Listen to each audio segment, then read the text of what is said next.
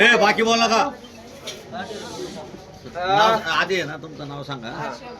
मी अशोक गिरी, माजी नगरसेवक साक्री, भटके उमुक्त हक्क परिषद उत्तर महाराष्ट्र शिवसेना संपर्क प्रमुख. इथं पिंपळनेर इथं घोडेमाल इथं माझ्या भाषाची मुलीचं लग्न होता.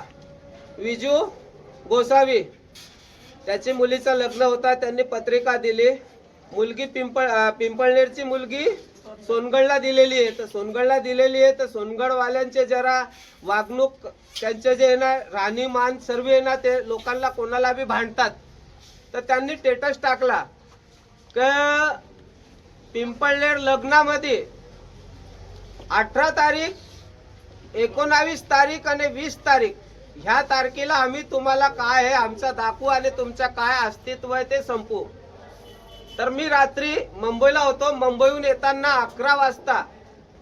11 वाजता पिंपळनेर इथं माझ्या भाषाकडे गेलो. म्हटलं भाऊ हे लोक असे स्टेटस टाकताय तर स्टेटस टाकताय म्हटलं तर तुझ्या घरात लग्न आहे म्हटलं तर लग्नात भांडण व्हायला नको म्हटलं तर तू तिथला नवरदेव आहे त्यांना सांगून काही समजून दे ग जाणे करून भांडणं होणार नाही. पण तरी माझ्या मनात धाक होता. माझ्या मनात धाक असताना म्हणे मामा म्हणे तसं काय होणार नाही तुम्ही या बिंदास म्हणे आज साखरपुडा आहे म्हणे रात्री हळदी आणि उद्याचं लग्न आहे म्हणे तुम्ही आता. म्हटलं बघा तरी मी जयू अण्णाला सोबत घेतला. जयू अण्णाला साक्रीहून निघताना साखरपुड्याला निघताना जयू अण्णाला सोबत घेतला आणि साक्री पिंपळनेर पोलीस स्टेशनला गेलो की जेणेकरून माझ्या मनात धाक होता की भांडणं होतील. कोणाच्या लग्नात जर भांडणं झाले तर त्याच्या ते भांडणामुळे कोणाच्या लग्नाचं नुकसान व्हायला नको म्हणून आपण पोलीस स्टेशनला जाऊन हे व्हिडिओ वगैरे तर त्यांनी जेवढे स्टेटस टाकलेले होते ते स्टेटस मी तिथं दाखवले. पण अण्णांनी साहेबांना फोन केला.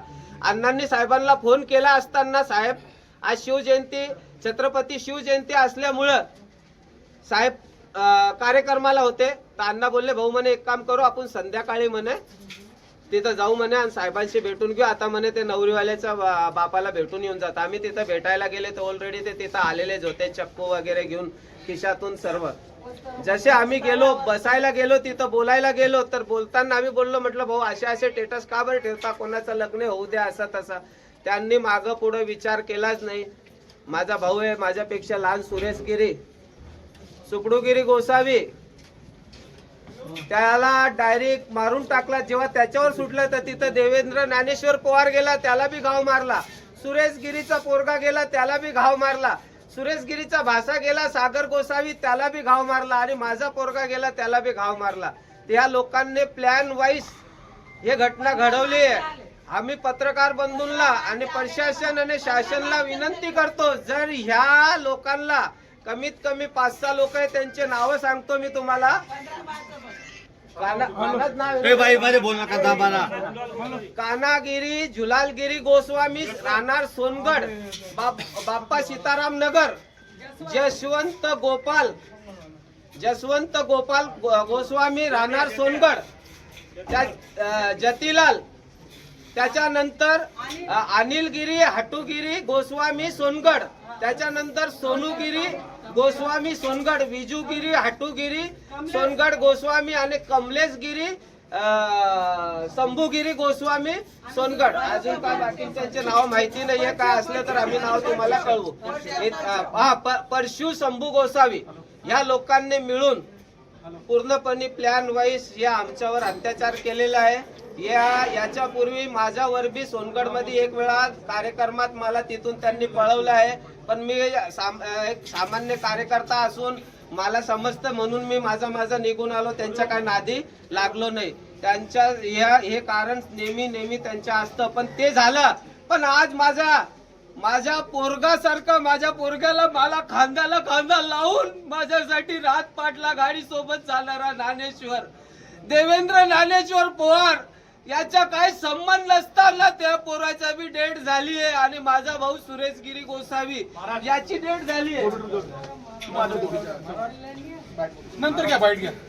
मी डीवायएसपी साक्री विभाग आज दिनांक 19 फेब्रुवारी 2026 रोजी पिंपळनेर पोलीस ठाण्याच्या हद्दीमध्ये एक लग्नाच्या कार्यक्रमामध्ये आपसात गोसावी समाजाची मीटिंग चालू असताना मीटिंगमध्ये काही लोकांमध्ये शिवीगाळ चालू झाले आणि त्याचं पर्यावसन धमकी आणि त्याच्यानंतर काही बाहेरच्या जिल्ह्यातील लोकांनी 3 लोकांना स्टॅबिंग केलं. चाकूने स्टॅबिंग केल्यामुळे सुरेश गोसावी, देवेंद्र पवार आणि साहिल गोसावी यांना गंभीर दुखापत करून जीवे ठार मारल्यामुळे सदर घटनेची फिर्याद घेण्याचं काम चालू आहे आणि बाकीचा तपास सुरू आहे. सदर घटनेत आम्ही माननीय पोलीस अधीक्षक यांच्या आदेशाने जास्तीत जास्त सखोल तपास करून सर्व आरोपींना लागलीच अटक करणार आहोत.